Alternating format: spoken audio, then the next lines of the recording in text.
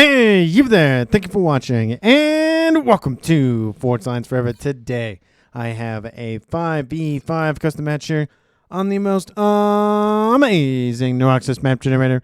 So let's go ahead and introduce our teams and our players. Starting off with Team 1 in the Northwest and then with Team 2 in the Southeast.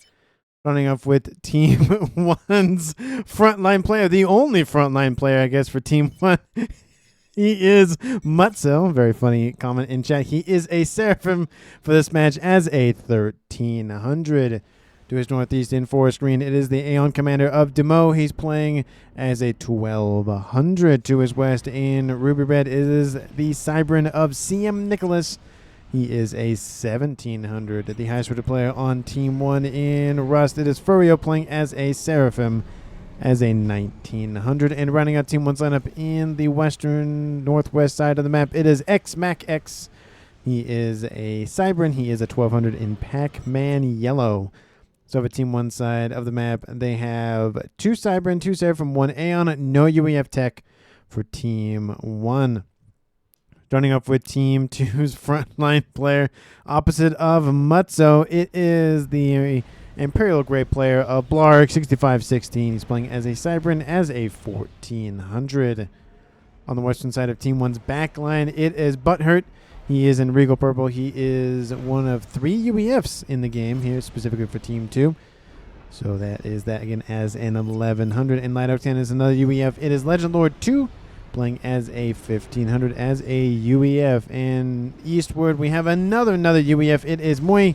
He's playing as a 2000 rated player, the highest rated player on Team 2 and in the game overall in Chevy Crimson. And rounding out Team 2's eastern side of the map, it is Ecotown or Ecotown, depending on how you pronounce the E, in Echo or Eco or whatever. Anyway, E in orange color orange as an Aeon as a 1300.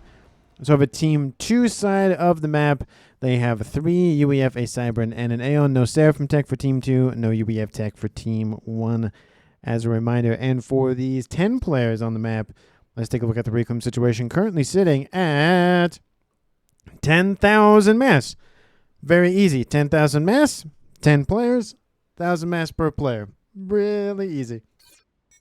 Taking a look at the mechs count / locations on the map, there is a hefty amount of them on the map. There are 1, 2, 3, 4, 5 Trimex positions for Team 1 and Team 2 to grab.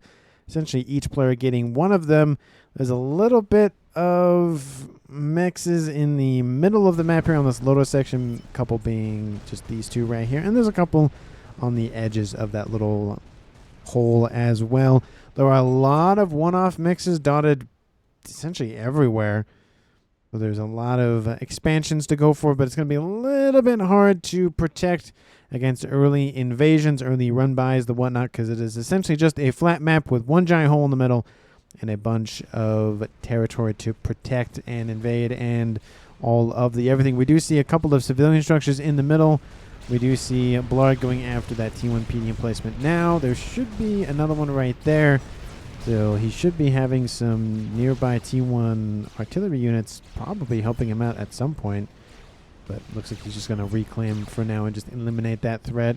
We do see T1 deploying the Zui to deal with said T1 PD emplacement. So that nice, sensible choice there. Their comms aren't going to take any damage from the shots from the PD. Eastern side, in terms of player movements, it's going to looks like 2v3 in favor for Team 2 if Mui goes eastward, which it kind of looks like he will, which will favor, again, Team 2 on that eastern side. Team 1 will favor the western side with 3 players versus 2 from Team 2. So in terms of course, player locations and how far they're going north and whatnot, I tend to surmise that Team 2 is going to have a little bit of a better time going on the eastern side, and Team 1's going to have a little bit of a better time on the western side. But of course, the game can flip on a dime, so it's not a assured thing. Just something to watch out for. Nice little squad of units inbound from Mutzo moving southward again. The reclaim, I didn't actually look at where the clumpage is. There really isn't a huge 1,000 mass reclaim field, that sort of thing. There's a lot of 200s, 100s, 150, 80. So it's not a huge, just like we need to go for this spot in particular. It's kind of spread out along the middle. So it's going to be a little bit more of just scramble to go after those little tiny bits of a reclaim. Still, Mori not pushing to the front line just as of yet. Same thing here for Eco10, making sure he gets his facilities up online, getting those Team 1 spam facilities just pumping out units. We have a couple of units inbound from the south, from the north to the south from Mac, trying to go in and around. There's a little bit of reclaim here. Looks like he wants to secure it, but there's a lot of Team 1 spam inbound from Butthurt. And it looks like it's going to be Lab B Lab Warfare over there. Gun started for Legend Lord on the western side. He's all on his lonesome, but there's really nothing from Team 1 over. I mean, there's a little bit. There's a lot of Zooey, actually. That's probably not great to be in. We do see those units are actually inbound here shortly. So that may cause Legend Lord to cancel that upgrade. We do see Butthurt is moving in that north-ish direction, but I do feel like that gun is going to be canceled here shortly. Eastern side, we have Team 1's Demo not pushing in as much. Same thing here with CM Nicholas. They're getting those frontline facilities online, making sure they can have lots of reinforcements very, very quickly. And Gun is at 50%. The Zooey continue to march, and I don't think they're going to stop anytime soon, which means Legend Lord actually should be fine. He doesn't have to cancel the upgrade. He will take some damage here, so not super concerning, but, you know, a little bit of damage is not great. But it's better than a lot of damage, I guess. Gun started also for the western side of Butthurt, so 2 gun upgrades on that western side for Team 2. And gun upgrade started on the eastern side for Eco10 as well, going for no speed. Okay, he's just going to go for range and call it a day. Oh, no, there he goes. See, look at it. I just have to make a comment about it, and something happens. Team 1, no upgrades besides the T2 on the western side for Mac, so he's going a little bit more defensive. Even though Team 1 has the comm advantage, at least that we can see and we can tell. I don't know if Team 1 is fully aware. No comms there, but they don't really know entirely what's going on. Team 2, this is what they can see. They have no idea what's going on the northern half of the map, so Team 1 doing a little bit better on the scouting. We do see a couple of Mech Marines, and those Mech Marine hordes are getting a little bit concerning and easily blapped away by other Team 1 forces and other forces in general, with only 60 hit points for those Mech Marines. But getting, again, 1,000 of those, no. I'm good. I'll take my couple of Percys and call it a day versus 1,000 Mech Marines. The Mo just hanging out over here. Nothing really in terms of comm movement from pretty much anybody, except for the west. We have Furio and Legend Lord 2 blapping at it. Again, Legend Lord has the gun upgrade, so that will favor Team 2. First comm-on-comm action has occurred at almost the 8-minute mark. Pings going down from Mutzo for whatever reason, and units actually splitting in between those 2 commanders. We do have Butthurt over here. He does have the gun upgrade online, and gun is now started for Demo on the eastern side. It's great, isn't it, says Mutzo. I don't know, he was standing in the middle of that former civilian structure. T1 labs and tanks and AA and whatnot are moving in. We have units inbound from the east from Blaric. He does have a first-star veterancy already online. That's probably due to the fact that he killed off all those PD emplacements and whatnot. Gun range now started on Demo's comm. He has speed now. And a couple of units might do some damage to the Ego for Team 2, but they'll probably take out maybe a couple of mexes. We see that one is gone, that one is gone, that one's going to go down, so probably that's like 3, 4, maybe. That'll be about it. There is a Mongoose inbound. I would assume that, a second one's going to be right after that, so that should be the end of it. And on the eastern side, a little bit of poking and prodding going down here from Demo against Ecotan's forces. It's going to be gun speed and range, gun speed slash range and gun speed slash range for both of those Aeon commanders on the eastern side.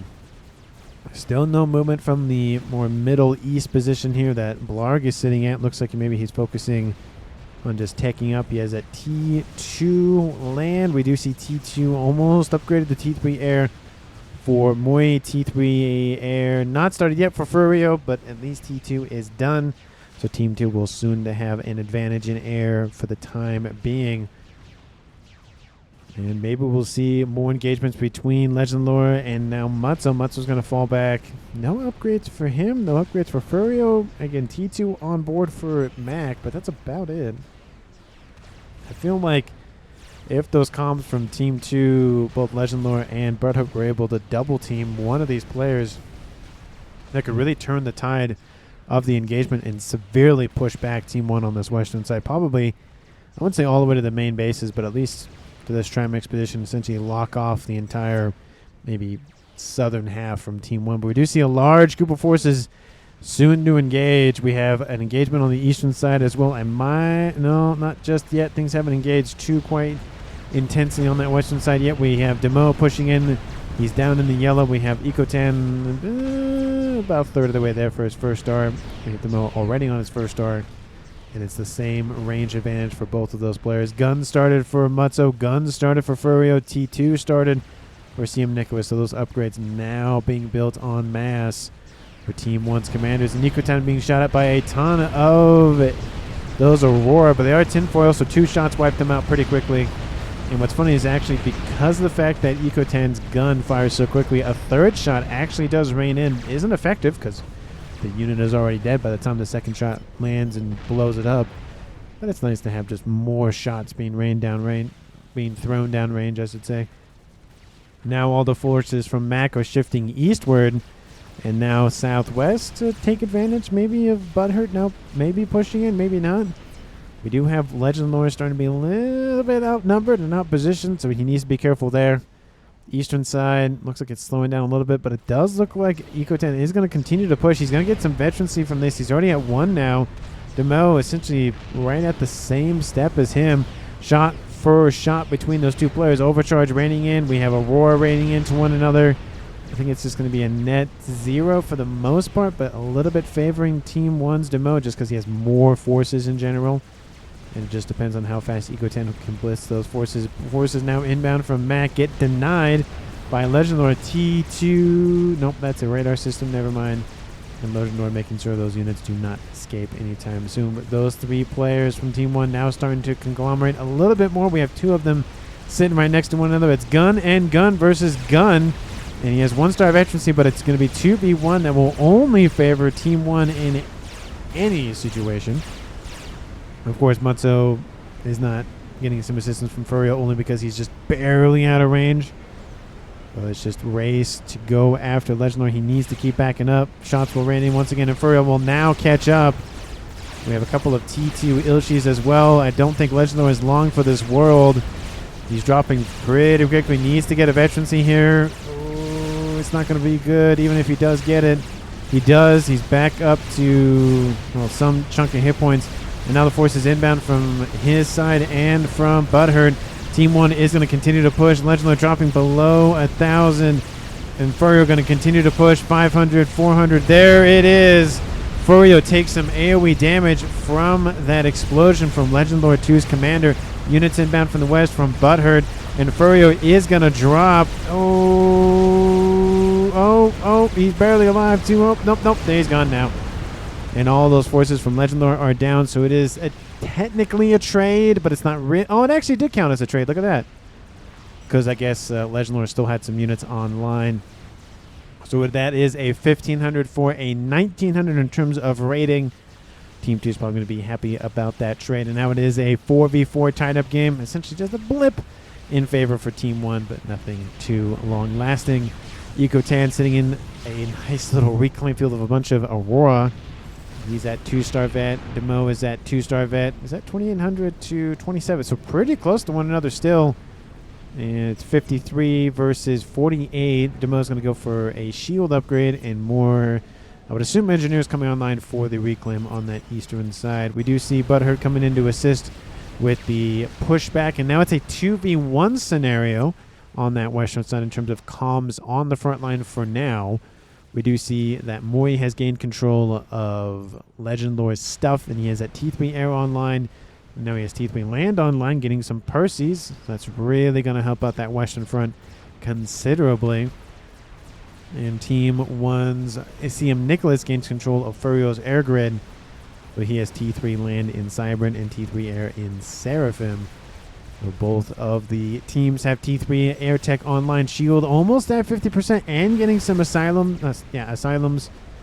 So that will secure Team 1's position for that Trimix position for, let's say right now, not for the foreseeable future, but at least for the time being. We still have Blarg sitting over here in his little Trimix position. I don't think he's moved in the past 6 minutes. And that bleeding is still affecting Team 2's western side. He has a lane here, says Legend. And it's not looking good here for Team 2's western front. We have Mutzo pushing in. We have Mac getting some PD and defenses and the whatnot online just to make sure he has a fallback position. And that Trimix position is now gone. More mexes are being evaporated. There are a couple of PD emplacements built that could slow things down just a little bit. Ilshi takes a shot. That's never good. Bomber, actually those aren't bombers. That's a gunship inbound. So it's going to wipe out the AA first. Definitely a sensible choice there to make sure you kill the stuff that's shooting at you and then you kill all the other stuff that can't shoot at you. It's like shooting fish in a barrel or something like that.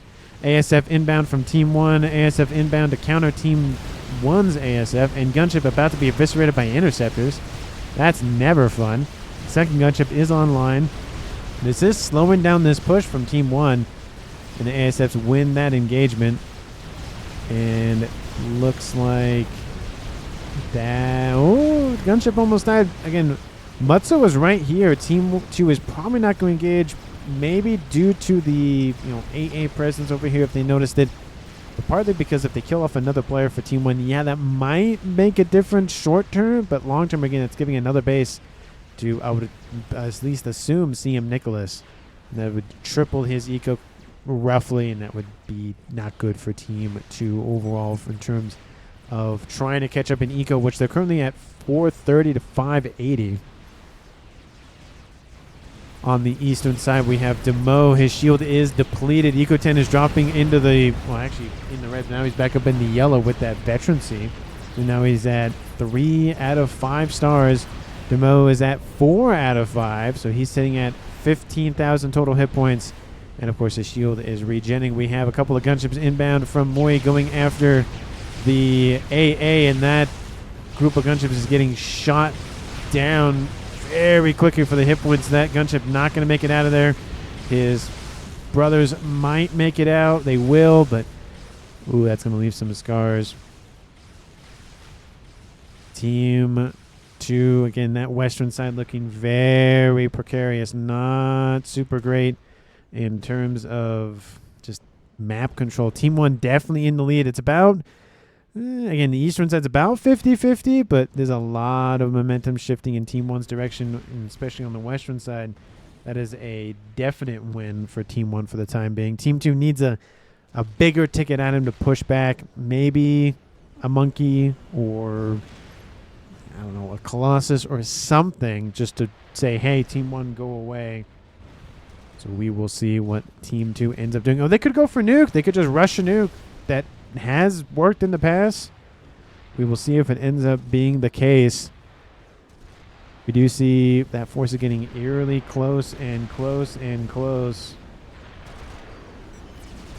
And we have Team 1's Mac just getting more and more units online, more defenses online, just to make that just a little bit better position-wise. We do have Mutzo falling back to at least a production facility at a minimum. And Team 1's essentially the only, we have 2 frontline players still here, but we also have CM Nicholas. He has to be careful too, because he could be the next valuable target for Team 2 to go after, considering he is on double base. And Demo, again, is kind of out, not in the open. He has a lot of forces nearby, but no infrastructure. So if those units go just zap and disappear, then he's kind of all on his lonesome and just has to be careful about how far south he pushes. Because a Colossus could be started here shortly, and that could be built pretty quickly, and then he's dead. It's something to watch out for. But in terms of the ecos, that is a concern. Team 1 at 800, Team 2 at almost 6, so it's over 200 mass in Team 1's favor. And we have gunships inbound. Actually, a decent stack of them have been built. So that is going to be concerning for any frontline players still rummaging around, going for at least whatever reclaim fields they can. Tons of rhinos, actually no, tons of pillars inbound, apologies. And they are pushing. Couple of loyalists do exist, so that means the EMP weapons are ablaze. It looks like the pillars are just targeting whatever they can get their hands on. The AA should be the target. We have a gunship inbound. And they're going for the AA, making sure they are protected. In that regard, ASFs are inbound from Team 1 from the north. And then ASFs wipe out, at least try to wipe out the ASFs before they get another pass. Gunships taking some damage. Another one is down. Another one is down. We have 4 left. And Mac will be forced back, at least temporarily. He doesn't have a nice little bouncer online.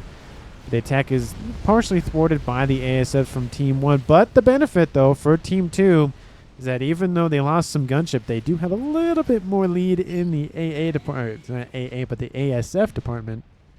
Sitting at a little over a squadron, almost 1.5 versus Team 1's, if I can click on the right player for 2 seconds, 6. So a squadron ahead for Team 2. We'll see if that lead continues. ASF's inbound once again from Team Nicholas to try to just deny more and more of this gunship pressure. Another mech is dead. That's essentially 9 plus 12, 21 mass a second that Team 1 loots out on. I mean, yeah, that's not great, but in terms of overall, Team 1's at 300 mass per second more than Team 2.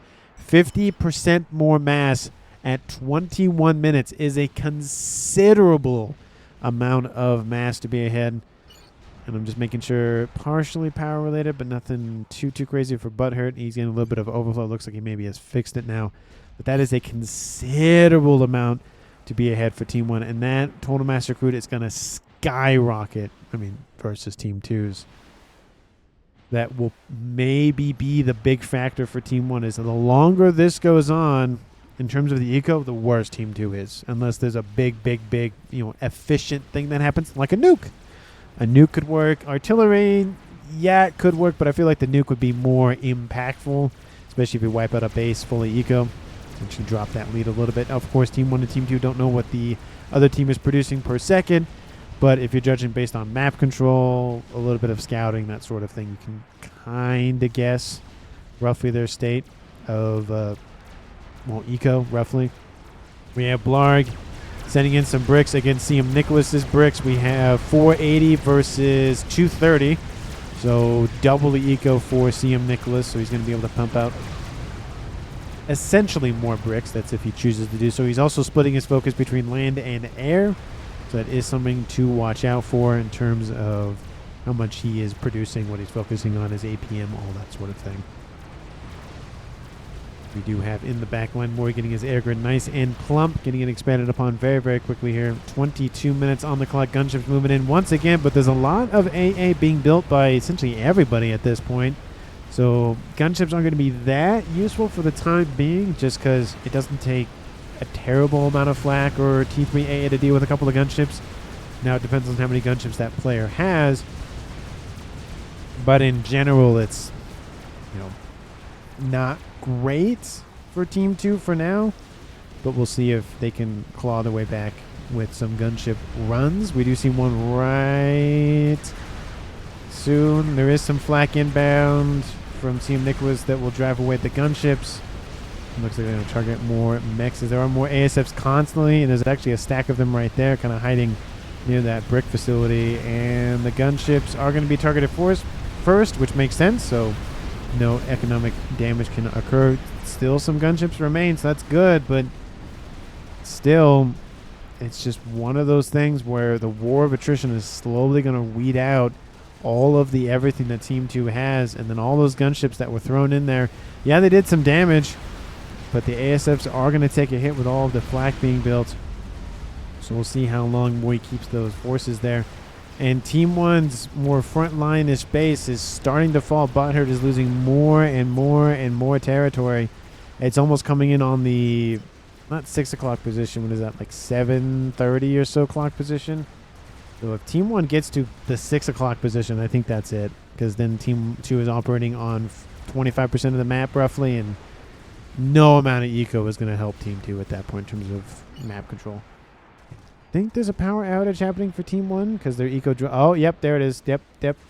I saw it briefly. So that's not helpful for eco, so Team 2 technically claws their way back, but that's more of a happy accident more than anything else. More power is being built immediately. I think CM Nick was just spamming up power to help, as well gift some over to his teammates just in case things happen. You, says Moi, talking about those forces on the front line. from him donated to Blarg. 25 minutes almost on the clock. Team 1 and Team 2 have both lost a player. Legend Lore was first to be killed off. That was for Team 2, and Furio died shortly thereafter. So in terms of comms, it is 4v4. Eco, we have seen essentially 1.1. Yep, there it is. Oh, we saw it for a brief moment. So possibly still power outage 1.2. Looks like it's slowly starting to normalize. Team 2 not at 900 yet. They're at 850, so essentially 250 ahead for Team 1. Is not as bad as the 300 earlier, but still it is a considerable amount of mass to be ahead. We have a GC online for Team 1 on the eastern side, so make those mental notes down in terms of calculations on who you think is going to win this game at 25.5 minutes. Thank you so much for watching to this point in the video. Hopefully you have been enjoying it. If you have, leave a like, comment, all that stuff. And if you haven't subscribed, because why not at this point, hit the like button and subscribe to the channel. We do see that group of forces for Team 1's demo is just getting bigger and bigger and bigger. And if it gets joined by CM Nicholas, this eastern side is not going to look good. Demo does have just the primary or the basic shield online. He also has the regular range online. Not that the advanced range is really going to be helpful at this point, but I think the shield at a minimum. Strap bomber, if something comes in, he can be wiped out pretty quickly. This western side, a little bit more pushback now, but it's just not looking good. I did see some attack missile snipes from Team 1. Looks like they were up here. Yep, they were up here. They went after a couple of mexes for both Blarg and for Moy, and maybe one or two for Butthurt, but mainly just Moy and Blarg. Blarg is done with an experimental. I would assume it's a monkey, and it is a monkey. But no crabs yet for Team 2. Fat Boy has been started for Moy. That's almost about half done. And nothing big yet. There comes that land push that I was waiting for. We do have the forces from CM Nicholas going to take advantage of the power vacuum that's going to occur with these forces moving eastward. The unfortunate thing is they are going to run into a monkey. The other unfortunate thing, this is for Team 2, is that's a lot of bricks. That should be enough to deal with the monkey. And now we have the bricks just rampaging over. And we have Percy's mixed in. Now, Spearhead's charging straight into the enemy. Probably not the best idea. And we have gunships inbound as well. Most of the AA, I think, has been dealt with. So that should help thin out the anti-air nuisances for Team 2. But not all of it was taken out. A couple of those gunships got hit hard. And still a couple of Redeemers do exist a little bit outside of operational range. For now, that GC is going to push, and it's actually going to go further into Team 2's territory, which I do not agree with because it's not going to get that far in. Moy says push. The bricks are falling back. The attack in the east did not work out. This could be something that brings Team 2 back in this game, at least somewhat militarily, because it's 1.4 to 900. That eco is only going to get worse, at least that discrepancy, unless Team 2 can really fix it. Fat Boy almost done. It's going to be sent westward to help push back on that west side against Mac and Mutzo. And is there anything being built bigger over here to the north? Chicken. No, Monkey has been built. That might reach the front line in time. St. Nicholas is starting to fall back a little bit. But this is just push. Just get it as far as you can. You need more NGs, says Legend Lore. Nuke says Moy. That has been spotted for Team 1's demo. And that will be the new target. Okay, so as much as you want to be as efficient as possible, I do not like this next to this, because that just means this is just a bigger target. So maybe, put it somewhere else, maybe just a little bit over, but I get for efficiency, but still. Gunships are inbound, and I have an idea what they're going to go for. They're going to go north first. ASFs are going to intercept first. That's a smart idea. The ASFs are going to turn around very briefly, and the gunships are going to continue to push. Demo might be the target, but there's more ASFs for CM Nicholas. This is not going to be how Team 2 thought they're going to take out the nuke, and there go all the gunships. It was a lovely attempt, but just Team 1 had too many defenses in terms of ASF online. I always want to say AA for ASF. We have Monkey soon to be intercepting Monkey. Monkey at now 2-star vet.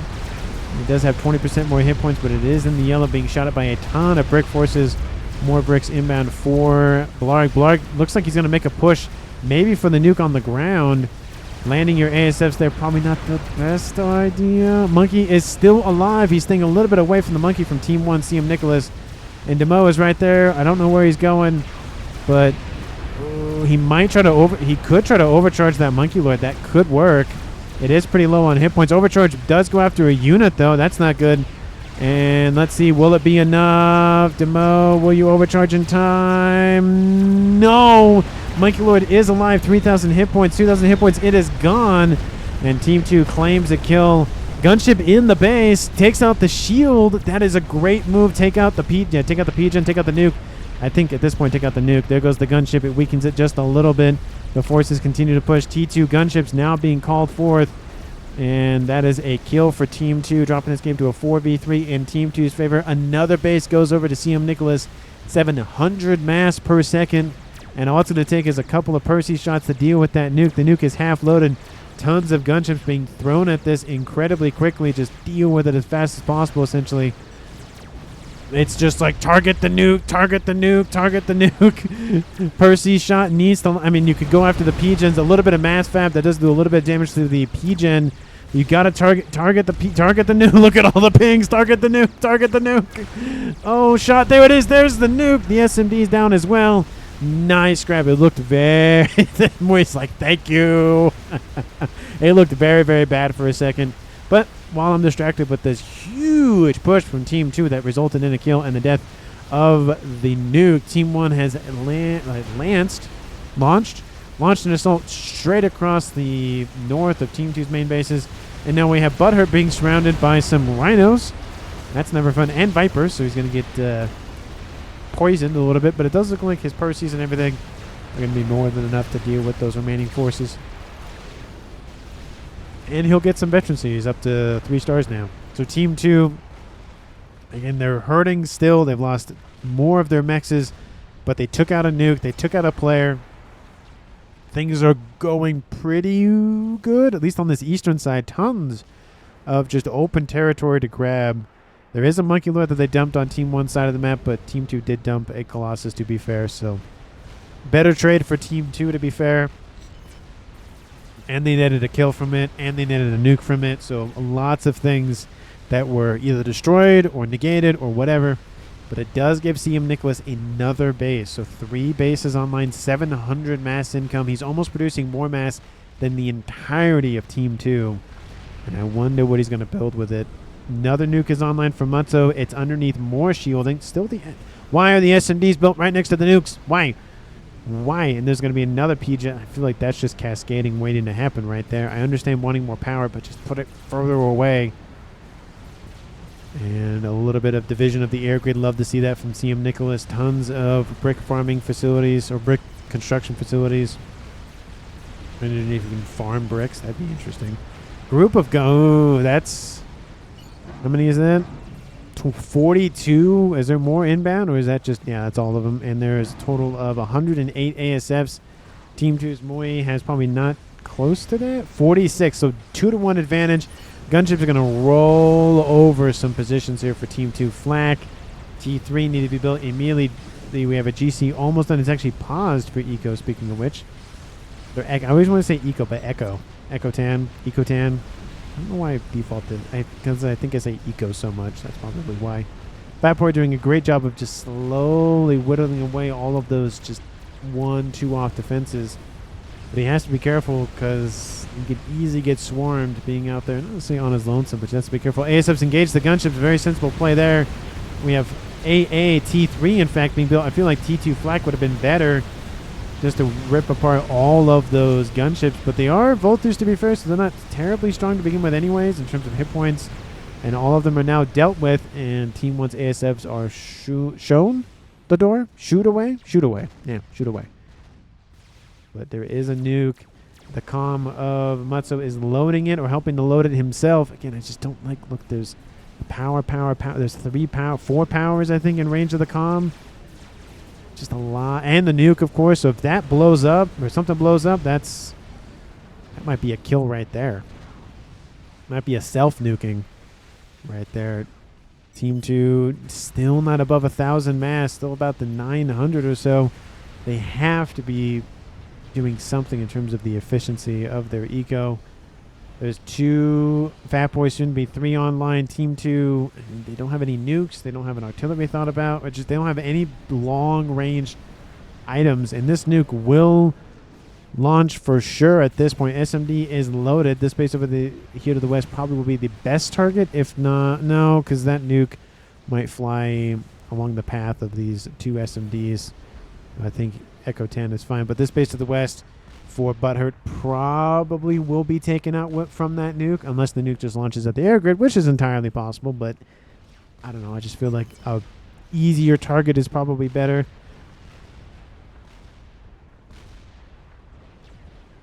And we have Team 1 building artillery trying to counter that now second Fat Boy that's now moving into range. Team 2 on the eastern side slowly getting some mexes online. 1,000 mass, 34 minutes, 1,000 mass has been cracked by Team 2. But it's still up at least 300 mass in Team 1's favor. Total mass accrued 1.7 to 1.2, so 500,000 mass more for Team 1 overall. And the Fat Boy is, again, pushing back that western front. But eventually, and they're not going to get that far in just because of the buildup that's going to probably happen for Mutzo. He's getting a lot of artillery right there next to his Omni. We have some Corsairs inbound for, of course, the Fat Boy. That would make sense. There are some Cougars here. They do not take out the Fat Boy shielding, so that's something, I guess. I guess the shield, actually will go down to a... Oh, look, there's an Awasab bomb. Oh, that's a lot of column of Perseus. And that's a lot of dead Perseus. Ooh, that's about half. Ooh, and essentially no damage was taken. 1-star vent immediately off of that first dropped bomb. 26,000 mass killed. ASF's inbound to shadow the bomber, and that might just be the thing that starts Team 1's demise. That nuke is loaded. Is it going to fire? No, it is not. Of course it's not. Every time I look at it, it's not going to fire, but every time I walk away or hover away from it, it's going to be, ooh, a little bit of friendly fire from the Awasa onto the ASFs, but Team 1 still has, not double, but a considerable amount more than Team 2. It's 191. Yeah, it's still double. Actually, it's a little more than double. Is the bomber going to get another pass? Probably not. The ASFs from Team 2's Mui are right here. He's building a lot of AA. It's just fanning it out a little bit. We have some Team D. Actually, not a whole lot, not as much as you would think. And that's all UEF. I don't see any other tech because it's UEF and UEF. That would make sense. And there's a second one, and the chicken spam, the chicken sandwiches are coming online. They're coming out of the fryer, being served on a bun with a couple of pickles. And those bombers are going eastward. I feel like at this point, you might as well just target both the SMDs. I mean, if the bombers die, who cares? Because you'll kill off everything else with the nuke, which the nuke is going to launch. Speaking of which, because I hovered over that, there it is, and it is going for Butthurt's base. He's definitely not going to feel good about that once that nuke lands. There it is, first nuke of the game. And it's going right here. Butthurt, you got to move immediately. There's a Fat Boy in range. That Fat Boy probably is fine. There's 3 Fat Boys online. And Butthurt does move. You got to move the Fat Boys. Oh, it's a lot of firepower. That's probably going to go to waste if he doesn't move. GC on the eastern side being bombarded by 2 Awasas. And Team 2 just cannot get near that without losing all of their ASFs. Here comes the nuke. The Fat Boy is way... Maybe not... no, he's fine. Kaboom! First nuke of the game wipes out not the main base for Butthurt, but his main production facility, or at least a huge portion of it. He does lose 3 mexes. So it's a chunk to lose, but still not as bad as his main base. The GC is still alive. Somehow it is still alive. We have a couple of Nathas. Yeah, Nathas inbound from CM Nicholas. I'll watch those. Nathas are going to get hit by the bomb. No, actually, look at that. It's fine. But that GC is still going. Actually stops. Harbingers are inbound. I don't even see why you would send the Harbingers in. Just wait for the bombers to wipe out the rest of its hit points. Artillery, says Mui. From Team 1? I don't see artillery. Bruh. No, it's... Yeah, I don't see any artillery from Team... Oh, no, there it is. Okay, never mind. Team Nicholas going for artillery. 1.6 to 1.2k income. Laser started for Team 2's only Siren player, a Blarg. And I would assume there's going to be a teleportation unit strapped to his back, thrown at somebody. I would actually... Mutzo might be a good target. Has to watch out for those chickens, though, and the bombers that are running around. Telly says Demo. So Demo's like already knowing what's going on. Again, I don't like how close he is to that P-Gen, though. And again, that could be a nice opportunity to wipe out a potential issue. Is just send both bombers in to go after Blarg. He's standing next to P-Gens anyways. It's going to be a huge explosion from the volatile and the whatnot from those. I mean, you could probably just get away with one, but send both in maybe just in case. And maybe grab one or two of the SMDs. Well, actually, you can probably grab that one with the bomb, so grab that one as well if you can. Those 3 Fat Boys are still online. 39 minutes on the clock. And the teleport is 51% done. CM Nicholas getting PD online to defend the artillery piece. We have CM Nicholas hanging out there. We have T2 PD being built next to the nuke, I should say, and Mutzo building that, some of it himself. 72% and climbing. We have missiles raining in, wiping out a couple of T3 land facilities. Did that missile? It did. That missile hit a couple of ASFs. What? No. Oh, it hits another group of ASFs. Look at that. That was, what, 5 or 6 ASFs killed off by missiles? You don't see that every day. Oh, it hit an... That's another little group. And I don't think the air units like that. Oh, the ASFs have to go for it. Oh, no. Oh, no. It's going to go for it. Oh, Team 2 is going to lose all the ASFs. Ooh, there's the engagement. It is Seraphim via UEF ASFs. There is some AA nearby, so it's not entirely in Team 1 or Team 2's favor in terms of the ground game. But, oof, that's not great. CM Nicholas still retains 150 versus Team 2's essentially nada.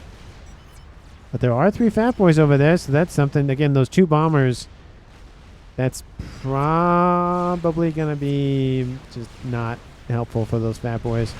But Blarg gets wiped out by the laser defenses from Team 1, CM Nicholas. He tries to go after the T3 air headquarters, doesn't grab it. And that is now a tied-up game at 3v3. Team 2's only telemaser commander is now gone. And artillery is raining in on the air grid for Team 2 from Team 1. And we do see Mori getting another base under his belt. It is 1.7 to 1.3. Actually, now we have Mori producing more mass than CM Nicholas, but we have Corsairs inbound for something. They're going for Butthurt. Oh, he's not going to feel good after the base. There goes a nuke, also inbound from Team 1, I would assume. And the ASFs wipe out the Corsairs before they get a second pass. Almost sniped the comm, but not a lot of firepower there. They might have probably would have been better off to go for some P-Gens. That would have actually wiped out the SMD. That probably would have been better. The nuke is inbound for the Fat Boys. It looks like one of them is going to get caught. One of them is not even moving. It's like, I have accepted my fate, and I will die with honor. Oh, it's going to essentially get headshotted. Kaboom! Nice grab there. Kills off a couple more Reclaim Engineers with its last volley or 2. Bomber on the eastern side. Where did the bomber go? Did it get killed off? I don't see it anywhere. It doesn't look... Oh, nope. They're both in. Here they come. Who are they going to go for? I was like, please don't be building a Paragon. That'd be way too late to build a Paragon at this point. And they're going. What are they going for SMDs? Because that'd be my target. No, they're going to go for Ekotan's base. No, they're going to... Wait, are they going for the comm? They are going for the comm, it looks like. No, they're going to go for the air grid. Okay. They spaced it out a little bit. Oh, no, they don't. Never mind. And Ekotan does receive a little bit of damage from that. Both bombers wiped out pretty... easily. Oh, ASF took some shots. We're seeing a lot of ASF being wiped out by non-standard equipment for taking out said ASFs. We've seen TAC missiles and T3 artillery, and the artillery was in the air, not on the ground. So even more impressive there. Corsairs inbound. There goes Butthurt, sniped by Corsairs. So second time is the charm there. Team 2 loses another player. It is now again Team 1 in the lead for players left alive at 3v2. And I say again, because there was a point in time where Team 1 was ahead, but just for a little bit. Where he gains control of that base, of course, which is him and Ecotan remaining. Keep wanting to say Ecotan. I have to, like, make myself remember. And there is the crab. I don't know why it charged for it, but there's a ton of bricks and harbingers to the north, so that's going to be engaging there. But huge hole on this western side. And we have another attack with 3 Yathothas. Yeah, this is not going to go well for Team 2. And we kind of knew that based on the eco a while ago, but I never want to bet on the eco just in case the other team can beat it out. But this game, not so much. Second artillery is done because why not? Got to spend that eco on something, I guess. And there the shots rain in onto the air grid still. The Monkey Lord is dead. The crab hides behind the brick and harbinger wall, and that should be enough. But it doesn't even matter because even if that didn't work, you have the ones from Mutzo, you have the ones from Mac, and it's just a clean sweep almost. First chicken. I don't even know what was that, a monkey being killed there maybe? Looked like a chicken died, but I guess not. 3 chicken sandwiches versus 1 crab sandwich. And that is going to be the end of that. And that crab backs up way too late. Monkey Lord will try to help, but maybe to wipe out a chicken, but I highly doubt it. Yep, there it goes. Did not last long. Fat Boys falling back to being grabbed for their ice cream sandwich nature. We have Boy Control Kang. Thought he got killed by artillery, but he did not. 45 minutes on the dot. We have the last remaining player for Team 2 being Ecotan remaining, and he's just watching as the empire of Team 2 crumbles to dust with all of the artillery, all of the monkeys, all the chickens, all the everything raining down upon him. We have 1 GC. Hey, Ecotan gets another GC online, but it's not going to matter. There's one of the Fat Boys. Looks like the chickens really want another ice cream sandwich. The Monkey Lord actually might die to the Fat Boy and some Ravager fire. There goes another mass fab, a little bit of an air grid farm.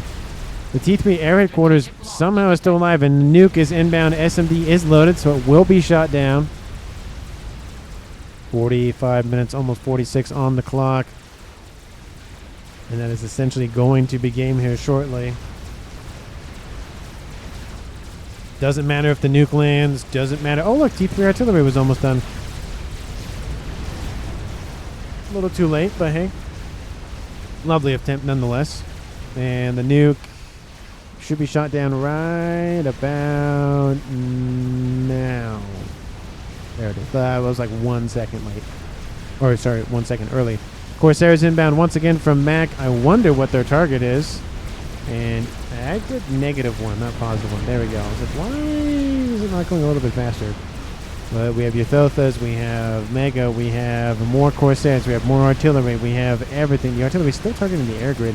Corsairs going to drop a little bit of a payload, but barely tickles the shield. 46 minutes climbing. I'm surprised that Echo has not left yet. Oh! Literally all I had to say something, and that was every time. I just have to mention something or say something or whatever, and either it happens or it doesn't happen, but usually it's a negative thing for whoever it does or does not happen to. Either the nuke misses and it's bad for the player who launched the nuke, or the nuke lands and it's bad for the player who had the nuke land on him or near him or whatever.